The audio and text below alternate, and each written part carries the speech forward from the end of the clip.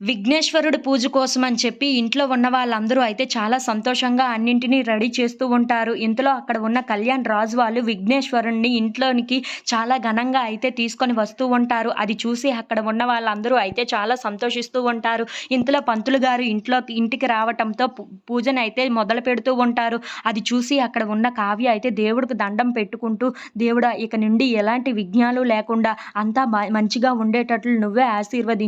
అంతా మంచిగా అయ్యేటట్లుగా నువ్వే చూడు అని చెప్పేసైతే అంటూ మొక్కుకుంటూ ఉంటుంది. ఇంతలో అక్కడ ఉన్న రుద్రాని అక్కడ తీర్థంలో అయితే కొంచెం విషాన్ని కలిపేస్తూ ఉంటుంది. అది ఎవరు చూడకపోవటంతో హమ్మయ్య! అంతా జరిపేశాను. ఇక ఆ కావ్య కానీ ఇది తాగాలి. అప్పుడు కదా తెల్లవారేలోపు నేను అనుకున్నది మొత్తం సాధించగలిగాను అనుకుంటాను అని చెప్పేసైతే అనుకుంటూ అక్కడి నుండి వెళ్ళిపోతూ ఉంటుంది.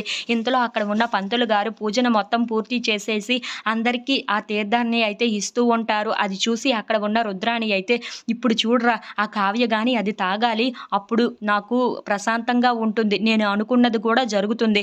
లేకపోతే ఈ ఇంటికి వారసుడిని ఇస్తుందా వారసుడిని. అది ఎలా జరుగుతుందో నేను కూడా చూస్తాను అని చెప్పేసైతే చాలా కోపంగా మాట్లాడుకుంటూ ఉంటుంది.